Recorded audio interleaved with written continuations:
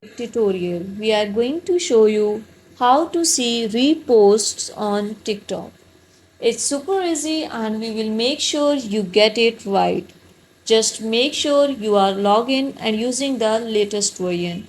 Make sure to watch the complete video and follow each step carefully to avoid forgetting anything and making mistakes.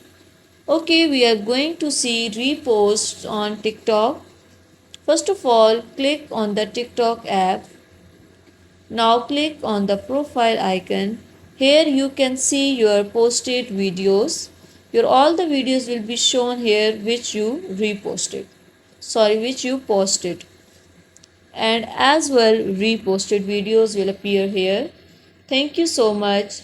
Please consider showing your support by commenting, liking, sharing and subscribing to our channel for more valuable content in the future. Your engagement is highly appreciated. I wish you very good luck. Thanks.